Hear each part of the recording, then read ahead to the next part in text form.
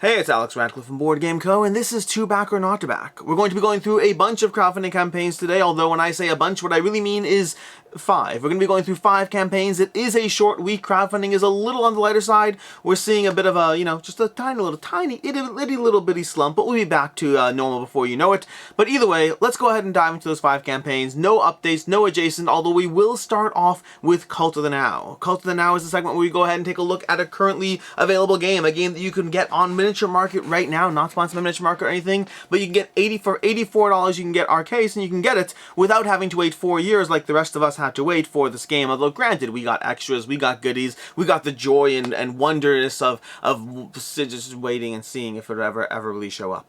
Yeah, that's why we have Cult of the Now. Cult of the Now, the whole point of this is before we dive into all these crowdfunding campaigns, is campaigns that may or may not tempt you with their dollars. At the end of the day, you have to ask yourself, do you want these large, overwrought projects that cost a lot of money, that aren't validated or vetted in any way, shape, or form, and you might wait 1 year or possibly 4 years to get your hands on it? I keep saying 4 years about our case. I think really it's like 3.5 years, so I should be fair to them. But either way, Cult of the Now reminds you can get these games. You can look for current reviews of our case. You can check out current unboxings of our case. I highly recommend checking out current unboxings of our case because I haven't done a review yet, because I haven't played it yet. I've been very busy. Gen Con had like 50 games. I've gotten through a bunch of games. I've been productive the past few weeks. Okay, I've gotten things done. I just haven't gotten to our case. Okay, and I know, but we'll get to it. We'll get to it. Things will happen. Either way, Cult of the Now. Our case is available over at Miniature Market for $84. And before that, we're going to go ahead and dive into the campaigns, although we'll start off with the usual disclaimer that I do work for Gamefound. Take that into account. This video series has been going on for, well, nearly 4 years as well now, but I did start working for Gamefound last year. Take that into account as we go through these games, although I will say,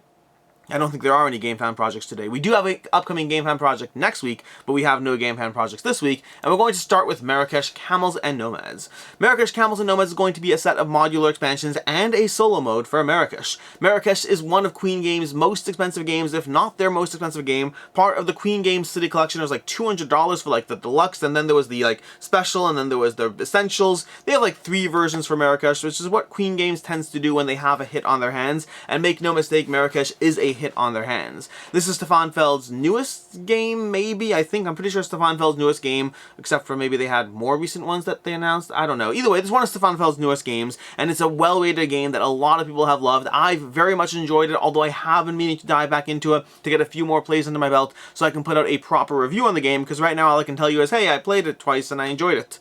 And I should play it like a 3rd time and a 4th time and then talk more about it in an actual dedicated video, and we'll do that at some point, but today is not that day. First we gotta get to our case, and that's like a whole nother conversation we're not gonna get to. But either way, Marrakesh, Camels, and Nomads is going to be an expansion for Marrakesh. It's going to give you modules and a solo mode like I mentioned already. We have 1,100 backers, we have $137,000 raised, and this is giving you more content for Marrakesh, as well as opportunities to deluxify your essential editions or get various versions of Marrakesh. You can get a bunch of different things over here. You can even get new other games that they have. So we have a few options over here. We have the Camels and Nomads solo mode over here. That's basically Camels and Nomads plus the solo mode for $55, the price of an entirely new game, although I'm not holding that against them because that is par for the course for expansions on crowdfunding. It is what it is. Then we have Camels and Nomads solo mode plus extras. This is going to deluxify your Essentials Edition with a few boxes of extra goodies to deluxify your experience for $75. And then we have that base game. If you want that early bird Marrakesh, is it early bird? I believe it's early bird. Marrakesh plus Essentials plus Camels and Nomads over there. If you want all of that for $134. Now I will say you do want to take into account the price points of these various things, because if you're getting the Marrakesh Essential Edition over here for that extra price point, you do want to factor in you can currently get the Marrakesh Essential Edition for anywhere between $75 to $90 on your local online game store, and you want to take into account when you're getting that, how much difference you're paying. You're also paying an extra $10 in shipping on this. If you scroll down to the shipping section, you'll be paying an extra $10 in shipping to get that base game, which effectively means that I kind of am of the opinion that if you're getting the base game, literally just go buy it separately from your local online game store, and then get the extras and expansion stuff that you can't get your hands on if you are interested in backing this at all. The base game price for the Essential Edition, you can just get it cheaper online, assuming you're getting a free shipping order from whatever local game store. Or you can be patient and just get it that way. Get it, this way over here. For $144, we have Marrakesh Essentials plus Camels and Nomads. For $228, we have Marrakesh Deluxe plus Camels and Nomads, although I am very intrigued whether that fits in the box or not. I forgot to look into that before filming this video, so I'm just going to say I'm very intrigued. And then we have for $315, we have Marrakesh Expansion plus Vienna and Cusco. And then for $475, we have Marrakesh All-In plus Vienna and Cusco, giving you a whole lot of Marrakesh plus 2 other Stefan Feld games. Make no mistake, I think Stefan Feld is one of my favorite designers. I think he puts out a ton of great games. I think Marrakesh is one of those great games, along with Bruges, which currently redone as Hamburg, and of course Castle of Burgundy, which is still... I'm pretty sure Castle of Burgundy is still my favorite game from him. Castle of Burgundy is probably Castle of Burgundy, Bruges, then Marrakesh. May well be the order I have. I need to play Marrakesh again, but first, of course, our case. But either way, that's going to be what we have over here. We have the expansion for Marrakesh, Camels and Nomads. It's going to give you a few modules. It's going to give you a Camel Race, Nomads, some more special building tiles, new luxury tiles, new Oasis tiles, new provision tiles over here, a solo mode, and of course the Camels and Nomads storage boxes for all of that. And then, of course, you can upgrade the edition as well. So, modular stuff. If you haven't played Marrakesh that much, you can hold off. There's no rush in this. You can always get this down the road. If you've played Marrakesh enough that you're like, I need these things, you can definitely go ahead and get your hands in it. And as far as, you know, price point availability, should you back it, all of that, for the most part, this stuff has made its way into retail, being able to get your hands on, assuming you're not getting like the super deluxeified, you know, over-the-top deluxe versions, which doesn't seem to be having that for the expansion over here. They only have like the deluxe and then the essentials, as opposed to the essentials, deluxe, and then the super deluxe. Again, it's hard to keep track of things, but it doesn't seem like there'll be that much that's exclusive over here in the campaign, unless of course you're trying to get your hands on the deluxe versions of those games. That's a different conversation entirely. So overall, unless you're getting those super deluxeified versions over there, I'd recommend waiting for retail on this one. You will have to pay a pretty penny no matter where you get, and this stuff does a decent job of holding its value overall. You know, it's not an amazing job compared to the crowdfunding because retail is somewhat similar in some of these, but at the end of the day, these games are expensive, but they are doing a good job demanding that high price point, both on the crowdfunding and in the retail and on the secondhand market. And so that's going to be Marrakesh expansions and all those things over there. Then we have Perch by Inside Up. Perch by Inside Up is Inside Up's newest game, a degree of area control as you try to perch your birds and close them off with various cabins and put them on top of little fountains and move them around over there, trying to score as many points as possible in Perch. Keep your feather friends close and your enemies closer in Perch. Battle the birds for 2 to 5 players. 2,200 backers so far, $89,000 raised, and Perch is going to have a few things going on over here. First of all, we have for $49 Canadian, we have the Perch with Kickstarter gift. There's going to be a few extras you can get in the Kickstarter. Specifically over here, you're going to get all these extras you see over here. 5 more exciting hidden objective cards. We're going to have special abilities for each flock, as well as 3 exclusive creatures, each with a reference card, location tile, and standee, are all going to be extra gifts if you back this on crowdfunding as opposed to waiting for retail. And then past that, I think that's really it. I think that's the only pledge level they have. They should have that one pledge level, $49, quick, clean, basic, to the point. That's going to be Perch from Inside Up Games. It's going to be a game of area control. You can check out videos. Man vs. Meeple has some content. I believe Quackalope has some content. A bunch of other, Covray had some stuff if I'm not mistaken. A bunch of things you can check out as far as various channels and all that to see more gameplay rules or all that. Meeple University, who always has fantastic stuff. That is going to be Perch from Inside Up Games.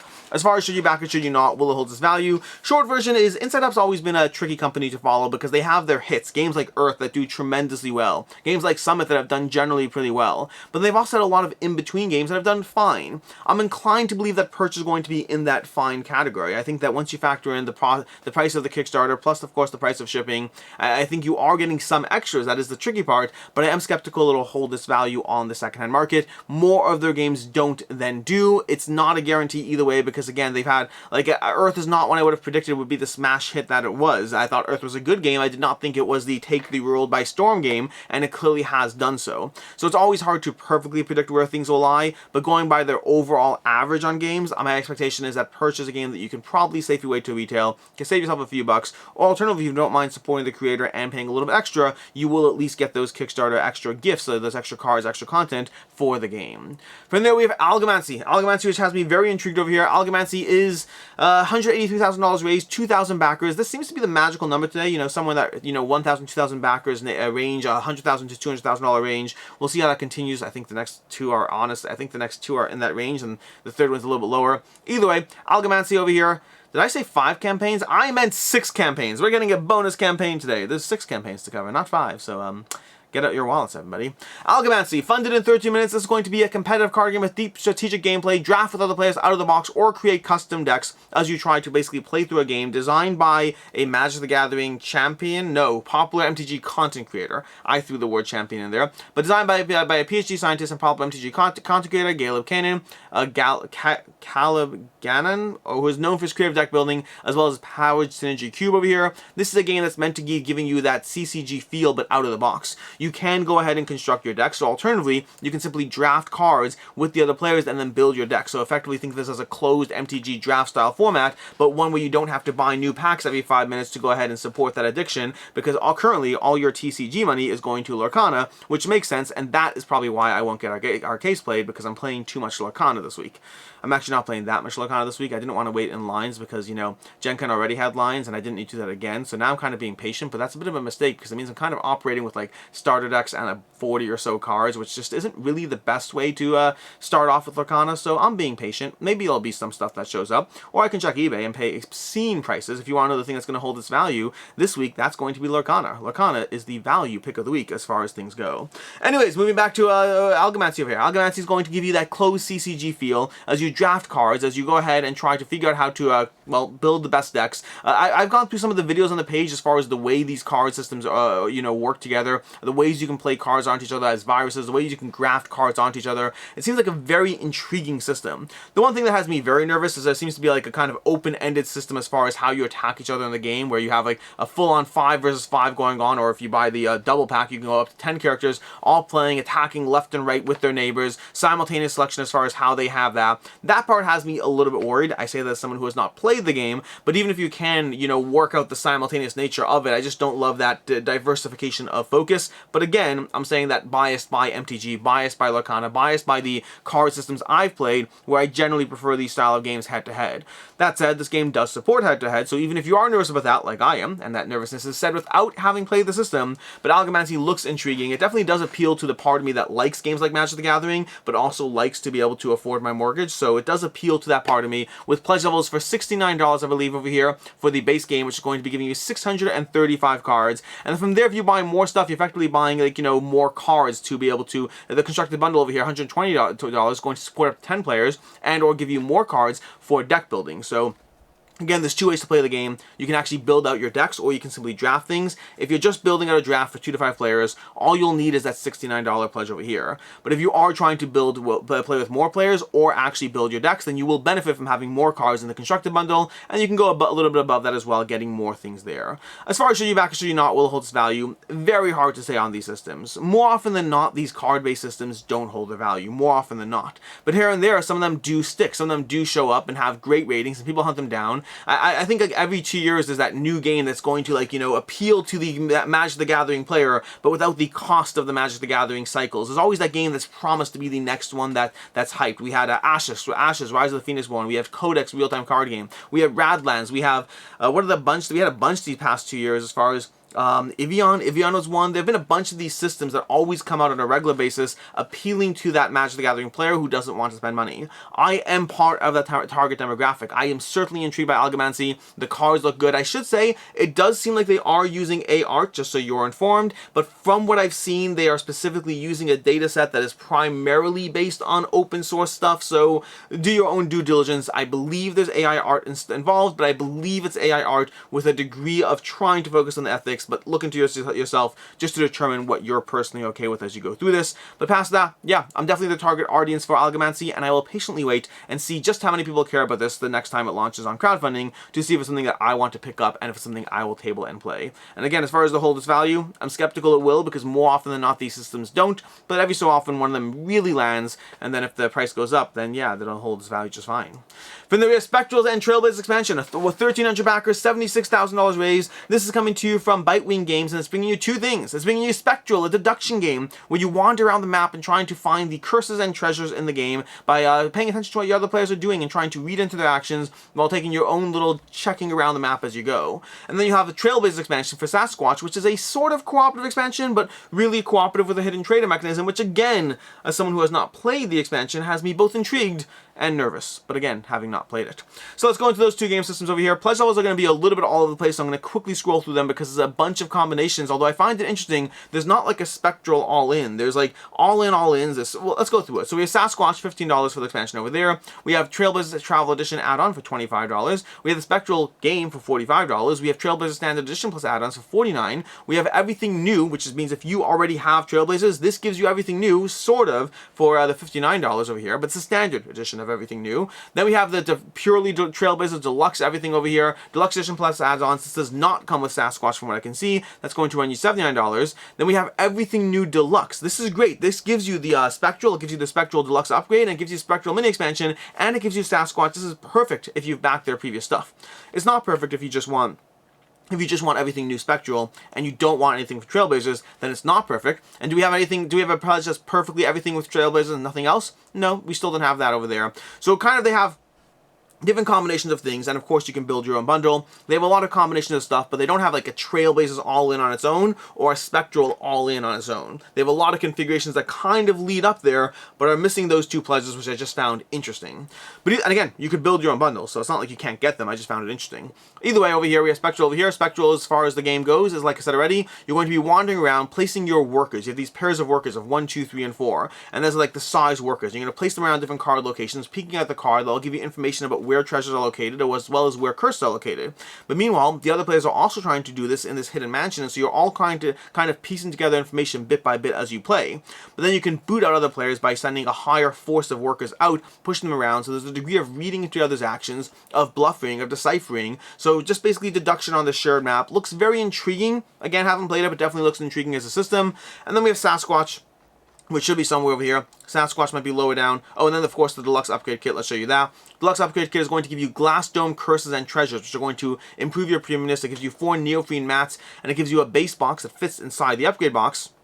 But over here, we have these deluxe glass domes that are going to fit over there. And then we have the mini expansion, free with the bundle of pledge with the 4 glass domes, 4 special cards. And then, of course, we have the card sleeves as well. And then with Trailblazers Sasquatch expansion, which is going to be a cooperative game as you build the different trails. The problem is if Sasquatch is in play, if Sasquatch is one of the players, then you have to instead find him and enclose his trail before time runs out. So sort of cooperative, but with the possibility that you're working against another player. I find those, like I said already, I'm intrigued but nervous about that. I find systems in which it's fully cooperative with the possibility of a hidden traitor can sometimes suffer from balance issues because you're either doing a fully cooperative experience or you are facing off against another player. I don't know fully how well this is done. It seems like the goals change if there's a hidden player, so that could potentially change things. But again, very intrigued by it. I do love Trailblazers quite a bit. You can check out my review of it. In fact, I think the reviews for Trailblazers have been overall incredibly positive. I know Dice Tower loved it, Shut Up and Sit Down loved it, and I know I loved it as well. So overall, Trailblazers is one you definitely want to keep your eyes peeled for. It's a very good game. Highly recommend that one.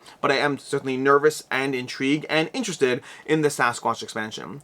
As far as should you back or should you not, will it hold its value? There's a whole lot of things to go through, so I'm not going to go through every single thing here. What I will say is Bitewing Games so far has been on a roll. Their Zoo Vadis game, Zoo Vadis was their second game, and that also has just been recently reviewed by Dice Tower incredibly positively. And so with their games having a degree of deluxification, a degree of strong positive reviews behind the games that they're putting out, I think Spectral is likely, not guaranteed, but likely to fit into that same vein. Combine that with the deluxification extras over here, and this is one that does seem like it'll hold its value. It's not 100% certain by any means. There's not a ton of sales data on Trailblazers just yet, as far as the used market, as far as looking on eBay or Board Game Geek. It's not a ton of sold listings on the deluxe copies because they've only recently landed, and so it's not been enough time to fully see where it goes. But it seems like people are asking for money, and the question is whether or not they're getting them. Bit of a question mark. So I'd put this in the somewhat safe if you're getting deluxification. You can definitely get this stuff cheaper at retail if you don't need the extras. So if you just want the retail copy, wait for retail. You're in no rush. Wait till the reviews show up. Spectral could be a terrible game. It could be a game people forget about. You never really know how these games are going to go. And so if you're not fussy about those extras and those gems and whatnot, then I'd recommend waiting instead. But if you do want those, then it seems like there's a decent chance it will at least somewhat hold its value, if not completely. Moving on to Midhalla. Midhalla, over here, for $116,000 raised, 1,100 backers, 23 days to go. Midhalla is a 100% skill-based, cooperative dungeon crawl board game. This has a whole lot going on. It's both a dungeon crawler, it's a tower defense. I find it very interesting because Midhalla is not being advertised as heavily as a tower defense game. And for me, having played the system, the first thing I think of it is more of a tower defense game than a dungeon crawler board game. It has dungeon crawl elements to it, no question whatsoever, but I definitely think of it more as a tower defense than a little bit as a dungeon crawler, and as well as a campaign as well, with cooperative and solo play. But either way, Midhalla is all of those things. It's a game which you're going to be building out. You're going to be going through a campaign, going through a story, unlocking various things and extras and improving your characters, finding new traps, basically slowly but surely getting more stuff as you go through the campaign, which I believe was 18 scenarios, but I'm not 100% certain. I only had a prototype, and the prototype only had 3 scenarios to go through, or 2 tutorials and a full scenario from there. And so it's not, I think it's 18 scenarios if I recall correctly.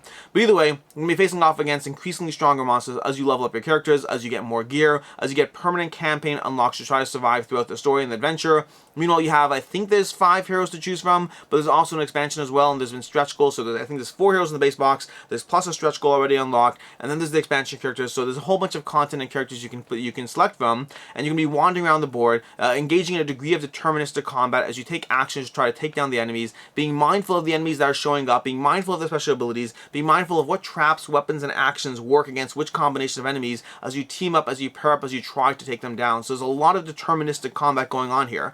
If you don't like luck-driven systems, Midhalla may well be a system for you because it is incredibly deterministic as far as how things work in the game as you try to go through the system. Like I said already, campaign-driven, story-driven, lots of lore, lots of story, that is a fascinating aspect is when you unlock things, you can mark that you unlocked it, but you also can mark when you read the text associated with it, because like we understand you don't always want to read the lore behind that new trap you just unlocked, so go ahead and mark that off later when you do get around to reading it, so you can have both that narrative and the mechanical benefit, but you can have it on your own pacing, on your own storyline, which gives you that freedom over there. That's going to be the core game system as far as what's happening over here.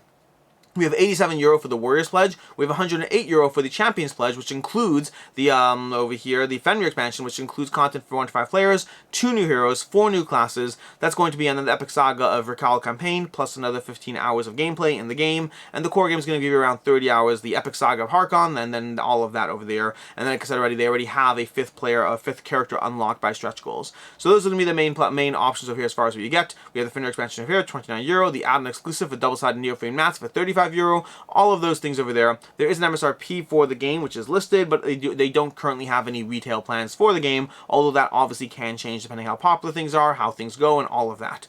As far as stretch goals, you can see over here the various stretch goals that are being unlocked, the cars, the characters, the card upgrades, Stormcaller, all those various things you'll have in the game.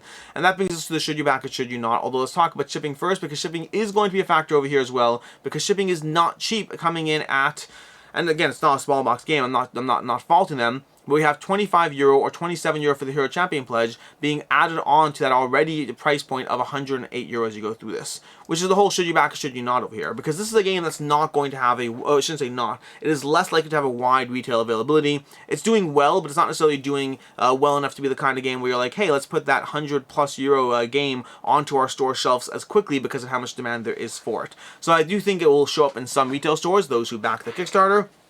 I don't think it's going to have a giant, massive retail release, and that means that you are looking at this one as getting on crowdfunding, or getting on the second market, or of course getting a reprint. If the game lands and everyone loves it, it will almost certainly end up getting a reprint. In general, that happens when there's buzz, when there's hype, when people love the game, and everyone's talking about it, everyone wants to get their hands on a copy. Eventually, the demand shows up, and a reprint will make its way to your, Kickstarter or whatnot.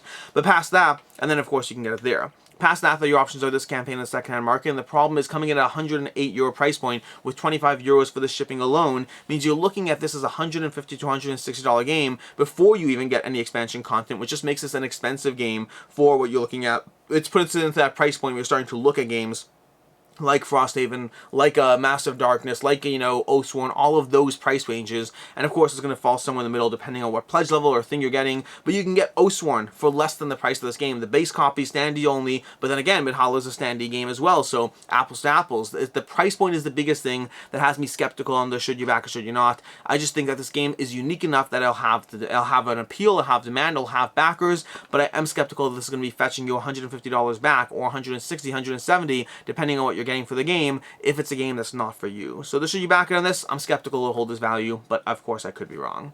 Moving on, and lastly, we have Dominate and Delegate. $50,000 raised, 674 backers, 24 days to go. Dominate and Delegate is basically Command and Conquer, but implemented into a board game. That's literally what it is. Instead of CNC, it's D&D, and calling it D&D is not in the slightest bit confusing, because we definitely don't already have a D&D that is very often referenced in the board game space. But either way, could we have done a B&B? I'm sorry, now I'm thinking of B&Bs, because we could have a Born Breakfast, we could have a B&B where you retreat from playing CNC to instead play D&D with all your friends, with your, I don't have an E and E. Do we have an A and A? Either way, Dominate and Delegate. Dominate and Delegate is going to be a tactical strategy game that's going to be mimicking the RTS aspect of Command and Conquer. To the point that you have these little boxes here. You have these hidden production queues. Let me see if I can show you it over here. Over here, we have hidden production queues where you can start planning and prepping the production queues of what you're building over the turns, which I love the concept of it. It's going to be a very I believe it says no luck in this game. It's going to be purely deterministic as you go through a bunch of campaigns. There's 2 full campaigns in the box. You're going to be going through these campaigns, building out, trying to be mindful of how you would build out, expand, attack. It looks like it's basically giving you a 4x experience, but simulated through an RTS, through a real-time strategy. That's all I got. I don't have a lot more as far as the actual information. The pure gameplay elements as far as how everything plays out, I don't actually know. What I do know is it looks very intriguing. It doesn't look like, the best production quality ever, but it looks intriguing and it looks unique, which has me very interested in this one. And as somebody who's definitely been a fan of Command & Conquer, definitely been a fan of Red Alert, and been a fan of StarCraft and all of these, Stronghold, all these styles of games, the idea of having a mimic production queue on your tabletop as you face off against other players has me very intrigued. Worried, because again, video games to board games don't always translate perfectly, but it certainly has me very intrigued just as a concept as to whether this would or wouldn't work. But either way, that's going to be Dominate and Delegate. Like I said, I don't have a ton of information on this over here.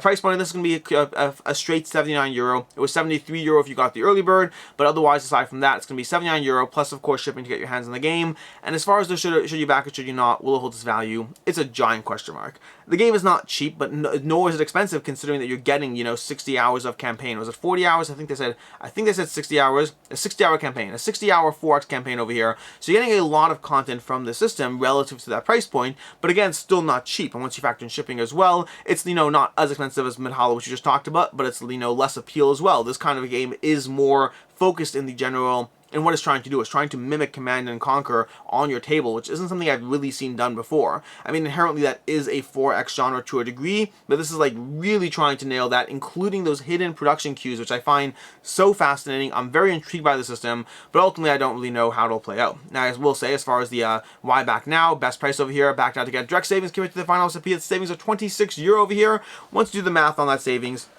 and especially once you factor in shipping as well, as usual, with most savings in that range, it's not that much of a savings. So the main question is going to be retail availability, more so than MSRP savings, and I'm skeptical there'll be a ton of retail availability, just based on the fact that, again, we have 674 backers. That usually doesn't translate into a strong retail presence. So I'd say this is going to fall into that same category as a bunch of things we've talked about today.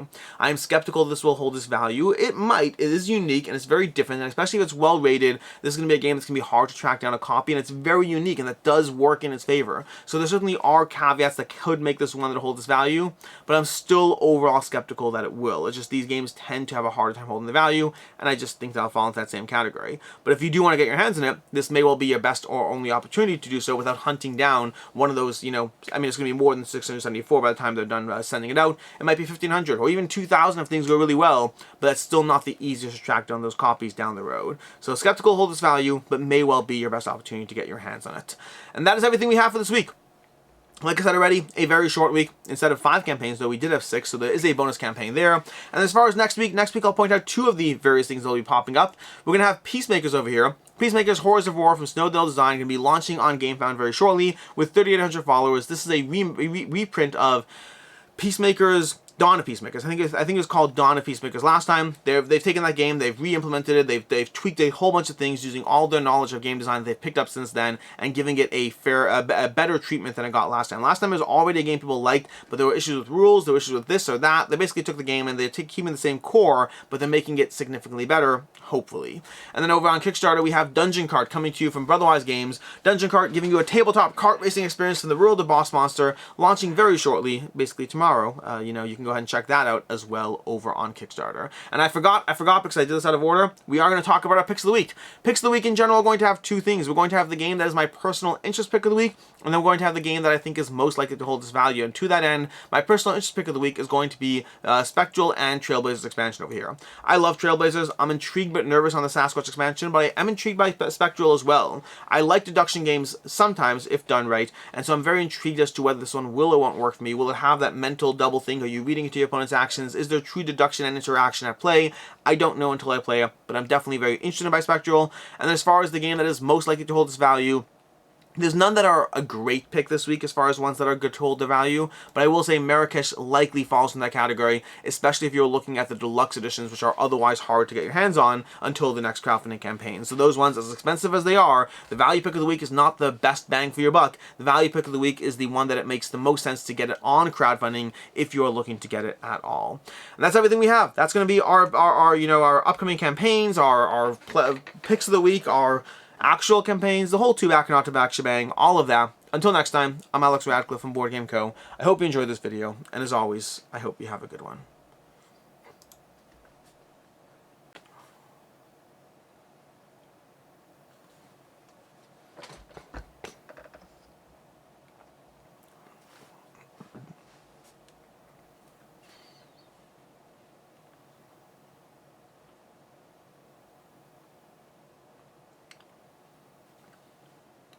Do you want to join me and my llama on a picnic?